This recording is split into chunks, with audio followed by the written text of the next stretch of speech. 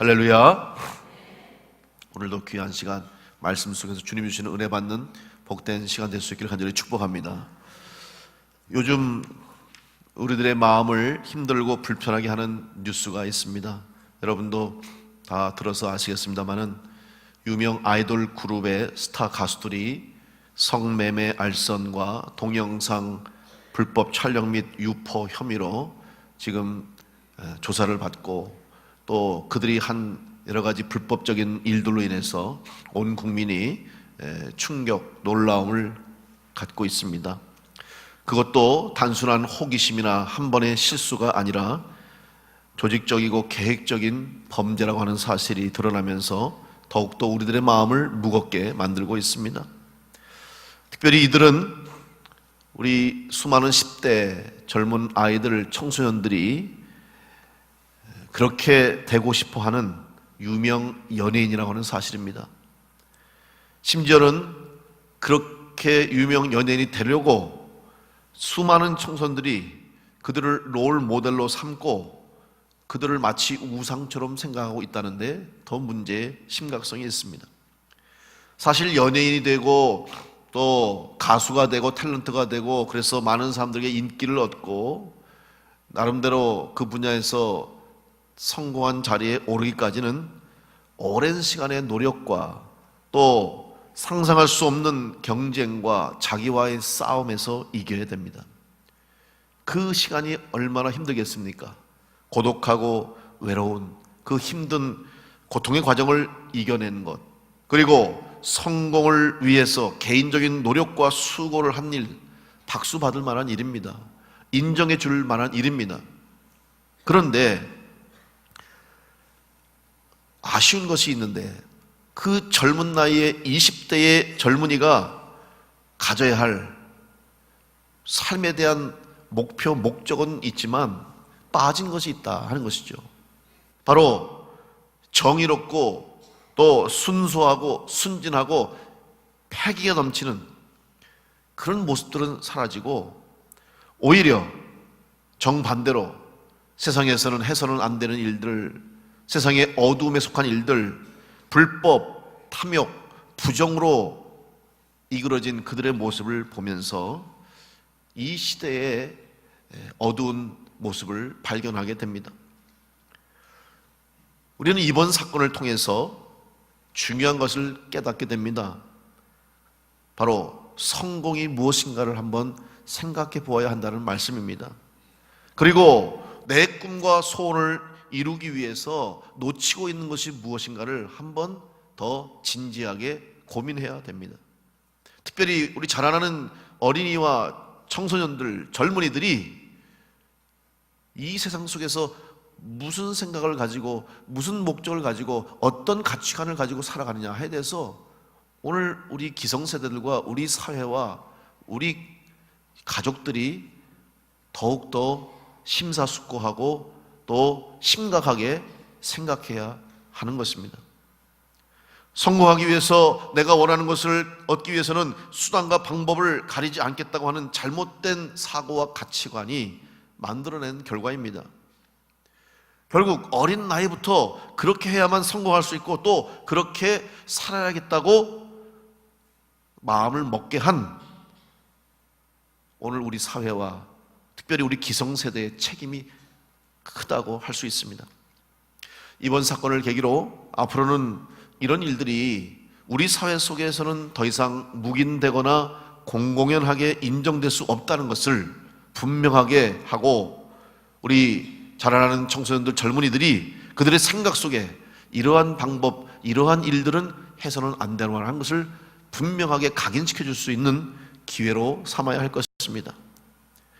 조금 비관적이고 부정적인 관점에서 이야기한다면 비록 세상에서 이런 불의, 부정, 죄악이 완전히 뿌리 뽑히지 않는다 할지라도 최소한 우리 자라나는 어린이들이나 10대나 20대 젊은 청소년들, 청년들만이라도 이런 죄악의 수렁에 빠지지 않도록 보호해주고 또 지켜줘야 하는 것이 바로 오늘 우리들의 특별히 부모된 이들 또 선생님들, 스승들 또 기성세대들의 책임이라고 말할 수 있습니다.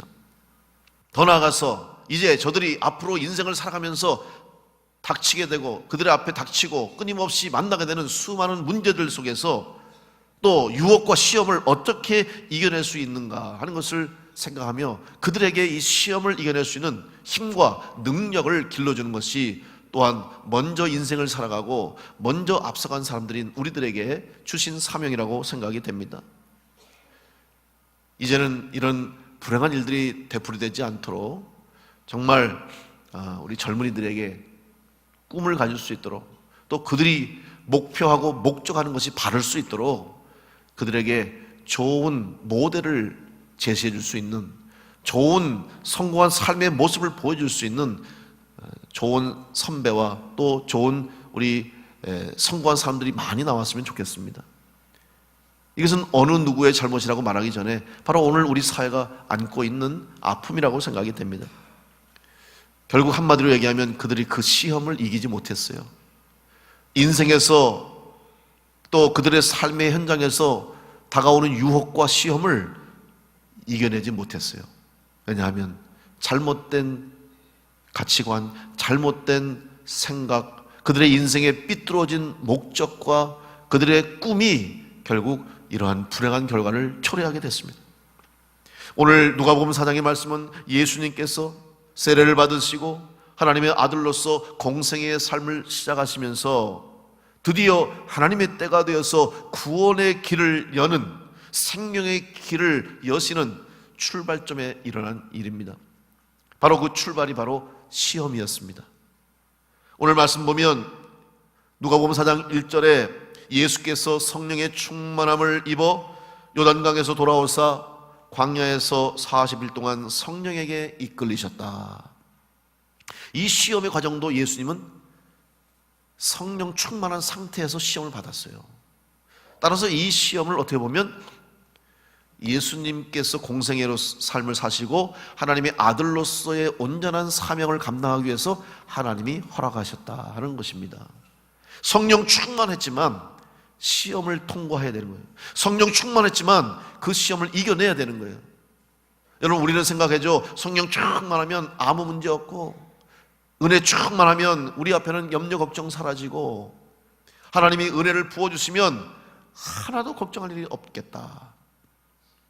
그러나 어떻습니까? 여전히 우리의 삶에는 문제가 있고 여전히 내 인생길에는 시험과 유혹이 다가오는 거예요. 그렇다면 성령 충만한 게 무슨 의미이고 은혜 받은 것이 무슨 의미가 있습니까? 라고 질문할 수 있겠지만 분명한 것은 성령 충만하기 때문에 시험을 이길 수 있었고 은혜 충만하기 때문에 우리에게 닥치는 유혹과 시련을 견뎌낼 수가 있는 것이죠. 만약 그렇지 않았다면 무너져 내렸을 거예요. 오늘 예수님도 이 시험을 이길 수 있었던 것은 성령의 충만한 가운데 있었기 때문에 우리 주님은 사명을 잃지 않고 하나님이 주신 목적과 공생애의 사명을 분명히 기억하시고 이 시험을 넉넉히 이기신 줄로 믿습니다.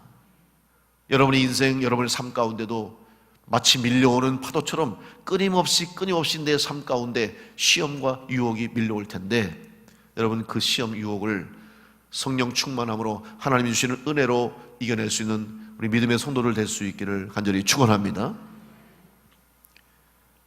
오늘 이 시험의 목적이 무엇입니까? 예수님께 주신 시험의 목적은 메시아로서의 예수님의 사명과 역할이 무엇인가를 확실히 하시기 위함이었습니다. 그런데 한 가지 아이러니한 모습을 우리는 이 말씀에서 볼 수 있죠. 바로 예수님이 시험을 받으셨고 예수님이 시험을 당하셨는데 그 시험을 누가 주었느냐 하는 거죠. 바로 마귀가 시험을 했습니다. 이것 또한 하나님의 방법입니다. 그런데 여러분 생각해 보세요. 마귀가 누구입니까? 마귀가 어떤 존재입니까? 마귀는 하나님을 대적하는 세력입니다. 마귀는 하나님의 뜻에 불순종하는 존재입니다. 그런데 하나님의 뜻에 순종하여서 하나님의 뜻을 이루기 위해서 이 땅에 오셔서 공생의 길을 가시려고 하는 예수님을 하나님의 뜻에 불순종하는 마귀가 시험하고 있다. 참 아이러니하지 않습니까? 이것은 마치 우리들의 삶에 고난이 옵니다. 고통이 옵니다. 이 고난, 고통이 온다고 하는 것은 우리를 힘들게 하는 것이고 오히려 마귀와 사단이 주는 우리의 시험과 유혹이 오히려 우리를 더 하나님께로 가까이 하고 하나님께로 돌아오게 하시기 위한 하나님의 방법이 될 수 있음을 오늘 우리는 예수님의 시험에서 또한 깨달을 수가 있습니다. 우리는 이해하지 못할 경우가 많습니다. 살면서 믿음 생활하면서 신앙생활하면서 우리에게 닥쳐오는 시험, 예기치 않은 어려움, 환난 때문에 우리는 낙심할 때도 있고 우리의 믿음이 흔들릴 때도 있습니다. 때로는 정말 하나님이 살아계신지를 의심할 때도 있었고 정말 주님이 나와 함께 하시는가를 다시 한번 생각할 때가 많습니다. 그런데 신앙생활을 많이 하신 성도님들은 그것을 알고 있습니다. 왜? 고난과 고통을 통과하고 난 뒤에 우리는 깨닫습니다. 아, 그 고난이 하나님이 주신 것이고 나에게 그 아픔과 슬픔과 시련을 주신 것은 하나님이 나를 연단하시고 하나님이 그 시험을 통과해서 나로 하여금 새로운 주의 사명, 새로운 일을 감당하시기 위해서 나를 성장, 성숙시키기 위해 하신 하나님의 뜻이었다는 것을 우리는 깨달을 수 있기 때문입니다. 오늘 여러분 앞에 닥치는 시험 두려워하지 마시고 그 시험을 통해서 오히려 우리를 더욱 강하게 하시고 우리를 더욱더 존귀하게 하셔서 정금같이 우리를 연단하셔서 쓰시고자 하는 하나님의 뜻이 있음을 믿고 주님이 시험을 이기셨던 것처럼 시험을 이기는 성도들로 살아갈 수 있기를 간절히 축원합니다. 그렇다면 오늘 우리들이 이 세상 가운데서 하나님의 자녀답게 그리스도인답게 올바른 삶을 살 수 있도록 우리 앞에 닥쳐오는 시험을 어떻게 이겨낼 것인가? 그러면 이 시험을 이겨내기 위해서는 알아야 할 것이 어떤 시험이 올 것인가를 아는 것이 우선되어야 됩니다. 무엇이 나를 시험하고 어떤 것이 나를 괴롭게 하고 어떤 것이 나에게 유혹할 것인가를 아는 사람과 그렇지 않은 사람의 차이는 큰 것입니다. 마치 우리가 잘 준비되어 있으면 준비된 것이 주어질 때는 할 수 있죠. 할 수 있습니다. 예전에는 이런 훈련을 많이 했습니다. 요즘은 별로 하지 않습니다만은 우리 민방위 훈련, 민방공 훈련 여러분 해보셨죠? 학교 다닐 때도 한 달에 한 번씩 날짜마다 정해지면 다 대피하는 훈련을 해요. 갑자기 적이 공습을 하고 갑자기 전쟁이 터지고 갑자기 재해가 생기면 어떻게 하냐. 그래서 매뉴얼을 정해놓고 이렇게 대피하고 이곳에 가서 숨어 있고 이렇게 해서 서로 안전하게 피해를 줄일 수 있는 방법들을 정해놓고 미리 훈련시켜요. 그래서 계속 익숙해질 수 있도록 하는 거예요. 물론 형식적일 수도 있고 때로는 정말 이 훈련이 효과가 있을까라고 생각할 수 있겠지만 그러나 분명한 것은 대비할 수 있고 미리 예측하고 예견하는 것은 유익이 되는 거죠. 여러분 일본의 경우는 재난재해가 많은 나라예요. 정말 일본 가보면 어떻게 이 나라에서 살 수 있을까 생각할 정도로 천재지변이 많은 나라예요. 여러분 아시는 것처럼 지진이 일어나죠. 해일이 일어나죠. 화산이 터지죠. 정말 여기서 어떻게 살까 생각하는데 그 나라 국민들은 받아들이고 살더라고요. 재난과 재해를 그냥 받아들여요. 그러면서 차이는 준비하는 거예요. 미리 예비하는 거예요. 모든 건물마다. 그래서 이제 지진이 올 경우를 대비해서 건물도 잘 설계해서 지진의 내진 설계도 하고 또 태풍이 불 때, 해일이 일어날 때, 지진이 생길 때 어떻게 대피하냐 하는 것을 온 국민이 다 매뉴얼대로 준비하고 있어요. 무슨 문제가 생길 것인가를 알고 준비하는 것과 그렇지 못한 것과는 큰 차이가 있는 거죠. 오늘 그렇다면 우리가 그리스도인으로 당할 수 있는 시험이 무엇인가? 그리고 구체적으로 어떤 시험이 나를 공격하고 어떤 시험이 나를 유혹할 것인가를 아는 사람은 준비할 때 그 시험을 여유롭게 넉넉하게 이기게 될 줄로 믿습니다. 오늘 예수님이 당하신 시험이 바로 그 시험입니다. 이것은 주님만이 당하신 시험이 아니라 오늘 주님께서 주신 시험을 통해서 주님의 뒤를 따르는 우리 모든 그리스도인들이 당하는 시험을 하나님께서 미리 보여주신 것입니다. 오늘 이 주님이 당하신 시험을 통해서 여러분이 이 세상에서 당할, 이 세상에서 겪는 시험과 유혹을 이길 수 있는 그런 지혜를 얻게 되시기를 간절히 축원합니다. 첫째 시험은 만모니즘의 시험입니다. 바로 물질의 시험이요, 좀 더 구체적으로 말씀드리면 돈의 시험입니다. 디모데전서 6장 7절로 10절 말씀에 보면 사도 바울은 자기의 후계자여 사랑하는 아들처럼 여겼던 디모데에게 마지막 권면의 말씀을 주면서 이 말씀을 합니다. 우리가 세상에 아무것도 가지고 온 것이 없음에 또한 아무것도 가지고 가지 못하리니 우리가 먹을 것과 입을 것이 있은즉 족한 줄로 알 것이니라. 부하려 하는 자들은 시험과 올무와 여러 가지 어리석고 해로운 욕심에 떨어지나니 곧 사랑으로 파멸과 멸망에 빠지게 하는 것이라. 돈을 사랑함이 일만하게 뿌리가 되나니 이것을 탐내는 자들은 미혹을 받아 믿음에서 떠나 많은 근심으로써 자기를 찔렀도다. 가장 많은 사람들이 가장 많이 받는 시험이 바로 물질의 시험입니다. 돈의 시험입니다. 왜냐하면 이 세상은 물질 중심의 세상이기 때문에 그렇습니다. 또 이 세상은 돈이면 할 수 있는 일이 많습니다. 또 돈이 있으면 참 편하게 좀 더 행복하게 살 수 있는 방법이 있는 것이 사실입니다. 그러니까 사람들이 돈을 벌려고 하고 더 많이 벌려고 하고 돈에 관심을 갖는 것입니다. 돈에 관심 갖는 것이 잘못된 것이 아닙니다. 돈을 버는 것이 죄가 아닙니다.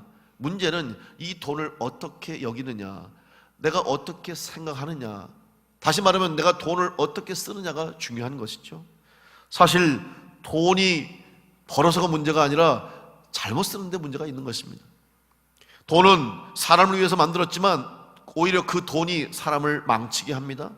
마치 독이 잘 사용되면 사람을 살리고 사람의 병을 치유하는 약이 될 수 있지만 과용하거나 잘못 쓰여지면 사람을 죽이고 사람을 해치는 치명적인 물질이 되기 때문입니다. 그와 마찬가지로 돈도 선용하고 잘 쓰면 우리 가운데 유익이 되고 기쁨이 되고 우리를 더 행복하게 만들지만 잘못 쓰면 우리의 삶을 불행하게 만들고 나를 망치고 다른 사람까지 망칠 수 있는 불행한 도구가 되는 것입니다. 돈을 선한 일에 사용하면 사람을 살리는 역사가 일어나게 됩니다. 그러나 돈을 악한 일에 쓰면 자기도 망하고 다른 사람도 함께 망하게 됩니다. 돈을 잘 벌고 잘 써야지. 오늘 디모데에게 주신 사도 바울의 말씀 보면 돈을 사랑하지 말라 이 말씀을 주셨어요.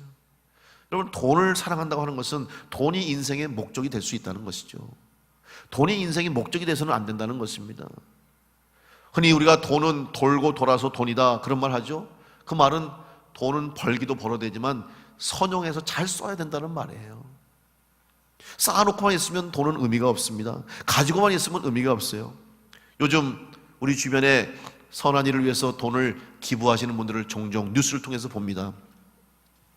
그런데 제가 이렇게 유심히 돈을 기부하고 선한 일을 하는 분들을 많이 보면 물론 큰 부를 이루어서 큰 성공을 해서 그 중에 일부를 이렇게 선한 일에 쓰는 분도 있지만 일반적인 평범한 사람들 중에 돈을 큰 액수를 기부하고 장학금으로 주고 또 어려운 이웃들을 위해서 고통당하는 사람들을 위해서 돕겠다고 내 돈을 쾌척하시는 분들을 보면 제 나름대로 공통점이 있는데 대부분 연세가 많으신 분들이에요.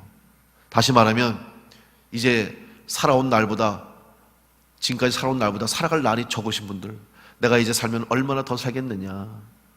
정말 그분들 젊었을 때 먹을 것 먹지 못하고 입을 것 제대로 입지 않으면서 한 푼, 두 푼 아끼며 모아온 돈, 정말 피 같은 돈이에요. 생명 같은 돈인데 그 많은 돈을 그때서 기부하는 거예요. 귀한 일이죠. 참 어려운 일입니다. 그럼 왜 어떻게 그런 일을 할 수 있었는가? 그분의 생각이 달라졌기 때문에. 젊었을 때는 나 잘 먹고 잘 살려고 내가 부자로 살고 싶고 나를 위해서 살고 싶고 그래서 돈을 모았지만 막상 모으다 내가 인생 다 하고 내 삶이 다 하는 날이 되다 보니 이 돈이 나를 만족하게 하는 게 아니에요. 그리고 그제서야 돈을 내가 잘 써야 되겠다는 생각을 하는 거죠. 미국의 부자로 재산을 선용한 많은 인물들이 있습니다. 그 중에서 대표적인 인물로 우리는 록펠러를 들 수 있습니다. 석유로 큰 돈을 버는 대표적인 부자가 됐습니다. 근데 이 록펠러는 특별히 어떤 인물로 유명하면 장학금을 준 사람으로 유명해요.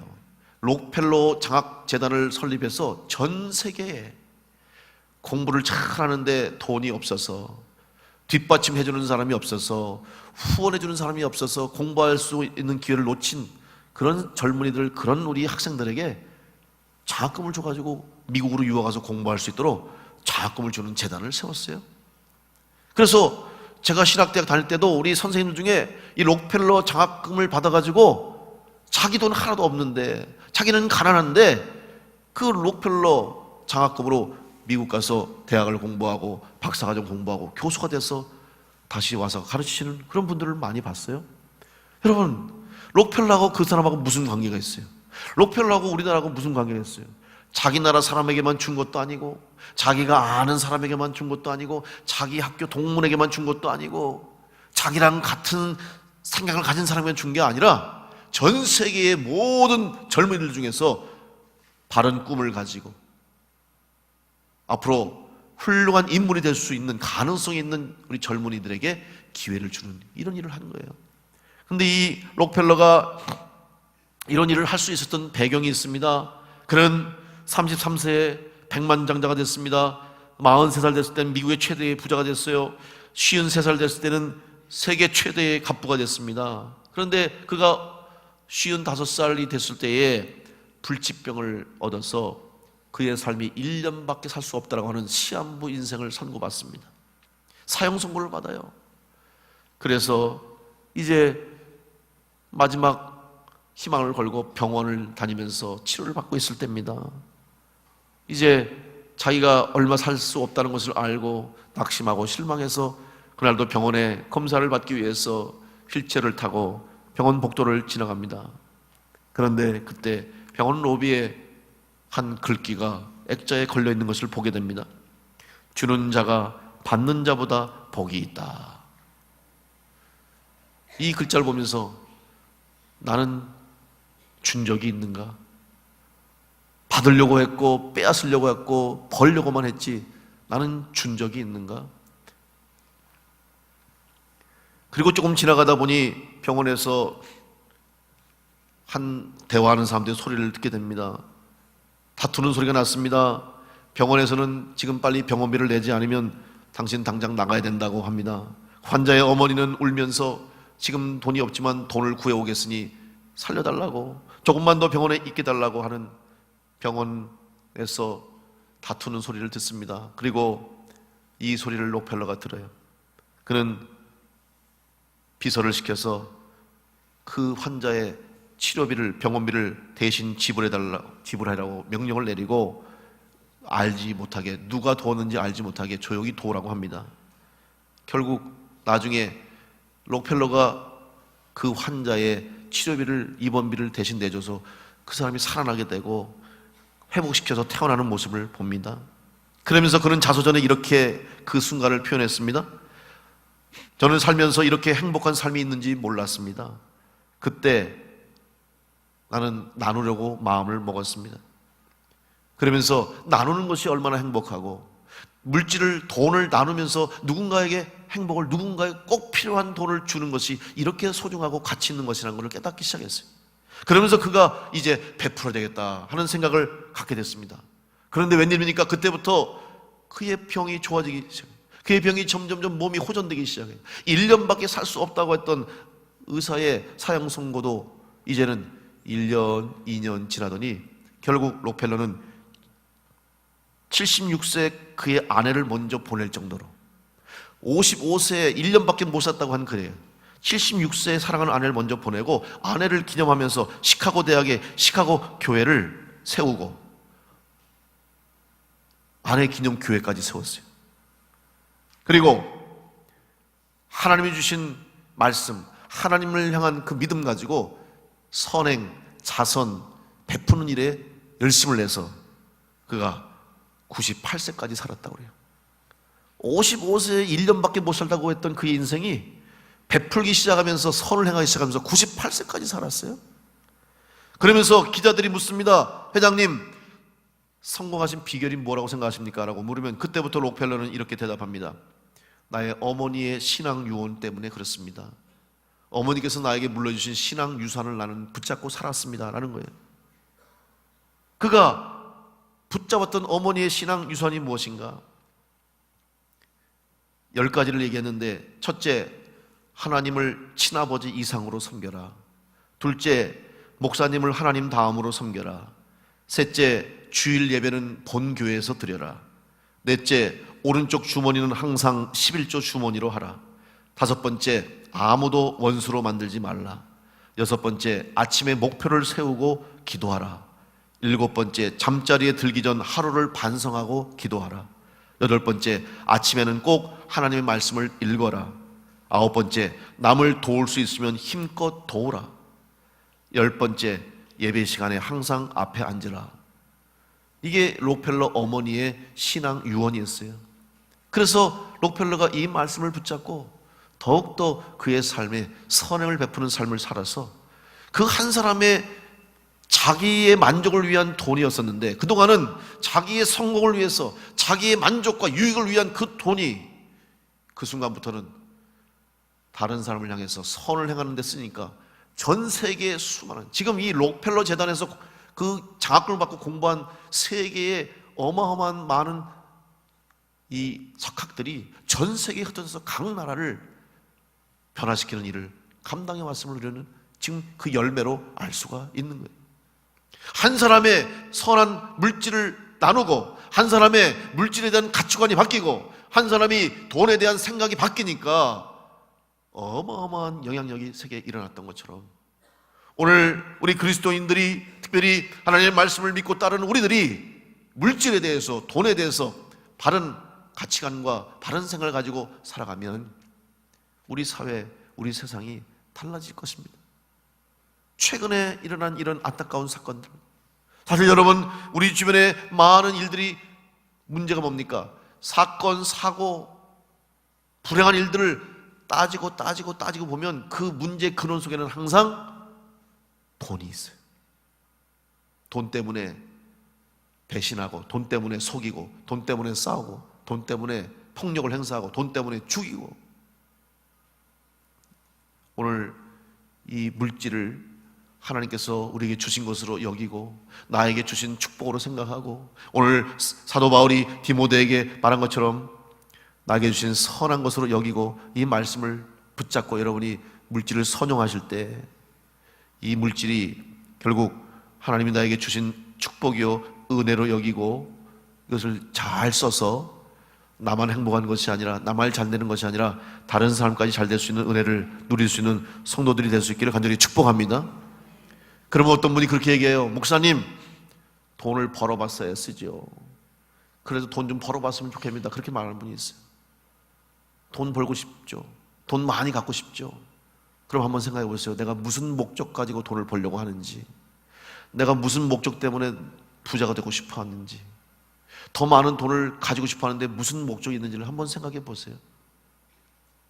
만약 여러분이, 우리가 다시 한번 하나님의 영광을 위해서 나에게 주신 사명, 내 인생의 목적, 목표를 통해서 하나님의 영광을 드러내고, 그러면 그 과정 속에서 우리 주님을 증거하고 더 많은 사람들에게 하나님 살아계심을 증거하겠다는 내 삶의 목표를 가지고 살아가고자 할 때, 그 목표를 이루기 위해서 하나님이 필요하면 물질도 주시고, 필요하면 건강도 주시고, 필요하면 지혜, 지식도 주시고, 필요하면 모든 것들을 채워주실 줄로 믿습니다.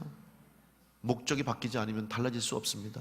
오늘 우리 인생의 목적이 달라질 수 있기를 바라고, 여러분의 인생의 목적, 삶의 목표가 달라질 수 있기를 주님의 이름으로 축원합니다. 그때 우리는 물질의 시험도 이길 수 있고, 오히려 물질을 선한 것으로 선용해서 그 물질 때문에 더 하나님 앞에 영광 돌리는 성도의 삶을 살게 될 줄로 믿습니다. 만문이진의 시험, 돈의 시험, 물질의 시험을 이기는 성도 될 수 있기를 간절히 축원합니다. 두 번째 시험은 명예와 영광의 시험입니다. 오늘 마귀는 예수님 앞에 천하만국을 보여줬습니다. 그리고 이 모든 영광을 너에게 넘겨주겠다고 예수님을 시험했어요. 그런데 조건이 있습니다. 단 하나의 조건, 마귀에게 절을 해야 하는 것입니다. 이것은 어떻게 보면 마귀가 타협을 하자는 거예요. 한 번만 절해라. 한 번 절하고 나서 얻을 수 있습니다. 지금 예수님에게는 만왕의 왕으로 특별히 공생의 삶을 살아가시기 위해서 많은 사람에게 명예와 영광을 얻을 수 있는 기회가 된 거예요. 그런데 그것은 하나님의 뜻이 아니에요. 마귀에게 절하는 것은 하나님의 뜻이 아닙니다. 그렇기 때문에 예수님은 그것을 거부하신 거예요. 우리는 세상에서 악과 타협하기를 원하는 수많은 시험을 받게 됩니다. 한 번만 타협하고 한 번만 손잡으면 되는데 그 한 번이 우리를 망치게 하는 겁니다. 하나님의 뜻이 아닐 때는 과감히 포기할 수 있어야 되고, 하나님의 뜻이 아니라고 할 때는 한 번만이라도 해서는 안 되는 것을 알면서도 우리는 머뭇거리고, 우리는 주저하고, 우리는 고민합니다. 악은 멀리하고 대적해야 됩니다. 사도 바울은 계속 말합니다. 디모데전서 6장 11절로 12절 말씀에 오직 너 하나님의 사람아 이것들을 피하고 의와 경건과 믿음과 사랑과 인내와 온유를 따르며 믿음의 선한 싸움을 쌓아라. 영생을 취하라. 이를 위하여 내가 부르심을 받았고 많은 증인 앞에서 선한 증언을 하였다. 피해야 됩니다.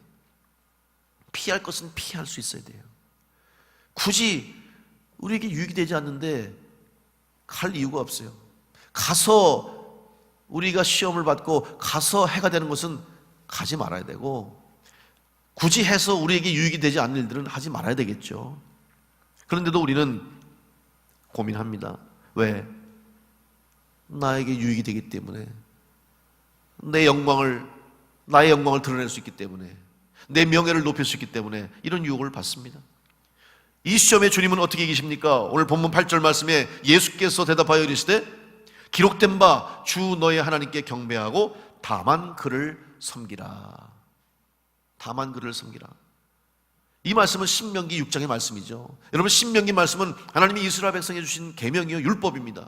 특별히 이스라엘 백성이 광야를 통과하고 광야 지나서 가나안 땅에 들어가서 가나안에서 하나님이 약속하신 젖과 꿀이 흐르는 땅에 살 수 있도록 하기 위해서 광야에서 하나님 말씀을 주셨고 법을 주셨고 율법을 주셨어요. 이것이 하나님께서 이스라엘 백성에 주신 법이고 기준이 되는 거예요. 그 땅에서 살아가기 위해서는 이것이 필요하기 때문에 하나님 그 법을 주셨는데, 우리가 하나님 말씀으로 산다는 게 뭡니까? 여러분, 성경을 이야기할 때 성경을 말하는 번역할 때 보면 성경, 바이블, 더 바이블이라고 하는데, 또 하나 성경을 얘기할 때 정경, 캐논이라고 합니다. 성경에서 경은 정경이죠. 정해진 하나님의 말씀입니다. 캐논은 무슨 뜻이냐? 기준이 되는 거예요. 자가 되는 거예요. 척도가 되는 걸 말하는 거예요. 따라서 하나님 말씀이 우리 인생의 척도가 되고 하나님 말씀이 우리 인생의 기준이 되어야 우리가 이 시험을 이길 수가 있는 것입니다. 내 기준에 맞춰서도 안 됩니다. 세상에 흐르는, 세상에 변하는 기준으로 우리가 삼아서는 안 되는 거예요. 하나님의 말씀이 우리의 삶의 기준이 되어야 됩니다. 그래서 그 기준을 벗어나면 문제가 생기는 거예요. 여러분, 법을 만들어 놓고, 법을 만든 이유가 뭡니까? 그 법 안에, 법 질서 안에, 테두리 안에 있어야 나도 보호받고 다른 사람도 보호받을 수 있기 때문에, 그래서 기준을 세운 거 아니에요. 근데 이 기준이 무너지면 문제가 생기고 사건이 생기고 사고가 생기는 거예요. 우리의 삶도 마찬가지예요. 여러분의 인생, 여러분의 삶 가운데, 신앙 가운데 하나님 말씀이 여러분의 삶의 척도가 되시고 기준이 될 수 있기를 간절히 축원합니다. 그래야 우리가 시험을 이길 수 있는 거예요. 근데 이 기준이 무너져 버리니까 결국 시험을 만나서 쓰러지는 거예요. 지는 거예요. 하나님 말씀을 가까이 할 이유가 여기에 있는 거예요. 그래서 우리가 이 사순절에도 왜 하나님 말씀을 읽느냐? 그래서 우리가 왜 하나님 말씀을 묵상하느냐? 왜 하나님 말씀을 가까이 하기를 원하느냐? 그 이유는 그 말씀이 우리의 삶의 기준이 되기 때문에, 또 기준으로 삼아야 되기 때문에, 그래야 우리가 시험에서 이길 수 있기 때문에 우리가 말씀을 가까이 하는 거예요. 여러분, 말씀을 통해서 삶의 기준을 삼고 말씀을 통해서 여러분이 시험을 이길 수 있는 믿음의 성도를 될 수 있기를 주님의 이름으로 축원합니다.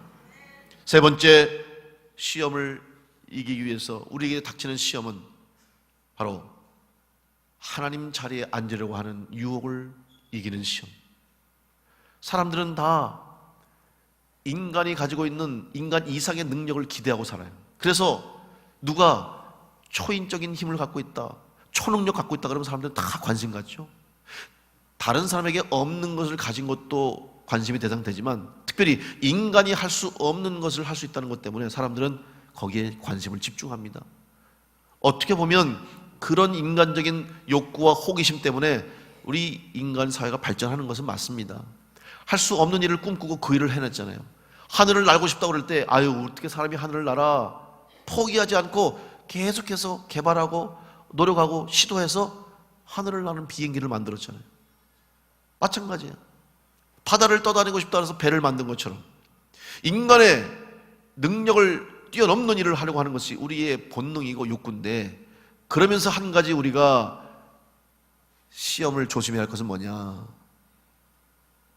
하나님이 될 수 있다고 하는 생각, 하나님의 자리에 앉을 수 있다는 생각이 우리를 시험에 들게 하는 거예요. 하나님이 바벨탑을 왜 무너뜨리시고 흩으셨습니까? 바벨탑을 쌓는 사람들의 목적이 잘못됐기 때문이에요. 하나님과 가까이, 하나님의 자리에 앉으려고 하는 인간의 욕망과 욕심이 잘못됐기 때문에 하나님이 바벨탑을 흩으신 거죠. 오늘 여러분의 삶 가운데 혹시 하나님의 자리에 누가 앉아 있는지를 생각해 보시기 바랍니다. 내가 앉아 있지는 않은지, 내 목적이, 내 인생의 꿈이, 내 자녀들이, 내 삶의 소원들이 하나님 자리에 앉아 있지는 않은지, 그리고 나도 하나님처럼 될 수 있다는 생각. 특별히 불신앙의 사람들 중에 이런 생각 가진 사람들이 많은데, 여러분, 우리는 하나님의 피조물입니다. 하나님이 우리를 만드셨습니다. 하나님이 나의 창조자 되심을 믿고 여러분 그 믿음을 가질 때에 하나님께서 주시는 은혜 가운데 시험을 이기는 자가 될 줄로 믿습니다. 우리는 무한한 능력을 가졌지만 그건 역시 하나님이 주신 거예요. 하나님이 창조하실 때 우리에게 하나님 능력을 주셨죠. 그러나 그거 역시 하나님이 주신 거지 우리는 하나님이 될 수 없습니다. 착각해서는 안 되는 거예요. 그런데 지금 세상에 많은 것들이 하나님처럼 생각하고 하나님처럼 행동하고 하나님 자리에 앉아서 이 세상을 살기 때문에 이런 시험이 오는 것입니다. 그리고 이 시험은 끊임없이 우리 가운데 계속되는 것을 기억하시기 바랍니다. 오늘 말씀에도 보면 예수님이 이제 이 시험을 이기시면서 12절 말씀 보면 예수께서 대답하여 이르시되 주 너의 하나님을 시험하지 말라. 그리고 13절에 이렇게 말씀을 마칩니다. 마귀가 모든 시험을 다 한 후에 얼마 동안 떠나니라. 그럼 마귀가 시험을 마치고 사라졌습니까? 영원히 떠났습니까? 아니에요. 뭐라고 했냐면 얼마 동안 떠났다고 그랬어요. 다시 말하면 또 옵니다. 또 시험합니다. 그럼 아니나 다릅니까? 유다에게 들어가서 예수님의 공생의 사역을 막으려고 했던 마귀의 시험이 또 왔죠. 오늘 우리 인생에도 시험은 끊임없이 옵니다. 여러분의 시험이 오는 것을 두려워하지 마시고 시험이 있는 것을 걱정하지 마시고 어떻게 이길 것인가를 걱정하시고 더 중요한 것은 내가 시험을 이길 수 있다고 하는 믿음과 확신을 가지고 하나님의 능력, 말씀을 통해서 주님이 동행하시는 은혜를 통해서 넉넉히 시험을 이기는 성도들 될 수 있기를 간절히 축복합니다. 특별히 사순절을 통해서 주의 말씀을 가까이 하시고 예수 그리스도의 십자가를 묵상하고 우리를 위해서 이 땅에 오신 예수 그리스도의 십자가의 구원의 은혜를 체험하면서 여러분 인생 가운데 닥치는 수많은 시험과 수많은 유혹과 수많은 어려움들을 말씀에 의지해서 십자가를 붙잡고 이겨나가고 승리해서 끝까지 승리하고 끝까지 이긴 자가 되어서 하나님 앞에 영광 돌리는 믿음의 승리자가 다 될 수 있기를 주님의 이름으로 축원합니다. 기도하겠습니다. 하나님, 저희에게 구원의 은혜를 허락해 주셔서 예수 그리스도의 십자가의 대속의 은혜로 하나님의 자녀가 되게 하시고 구원받은 성도가 되게 하시니 감사합니다. 비록 구원받았지만 우리의 삶에는 끊임없는 시험이 옵니다. 유혹이 옵니다. 하나님이 시험과 유혹 앞에서 두려워 떨지 말게 하시고 또한 약한 존재가 되어서 시험 앞에 무릎 꿇고 시험에 져서 어둠에 처한 자 되지 말게 하시고 오늘 말씀처럼 주님께서 시험을 이기신 것처럼 우리도 시험을 이기는 자가 될 수 있도록 하나님의 말씀의 기준으로 삼고 주님만을 바라보고 십자가만을 바라보고 주님의 은혜로 이 시험을 이기는 자들이 다 되어서 하나님 앞에 기쁨으로 나가는 저희들 다 되게 하여 주옵소서. 사순절을 보내며 특별히 주님을 가까이 하고 주의 십자가를 가까이 함으로 우리에게 닥치는 시험 혼란 이기고 더욱더 주님 가까이 함으로 세상 가운데 주의 뜻을 이루며 하나님께 영광 돌리는 귀한 성도들 다 되게 하여 주시옵소서. 승리하게 하실 줄 믿사오며 예수님의 이름으로 기도하옵나이다. 아멘.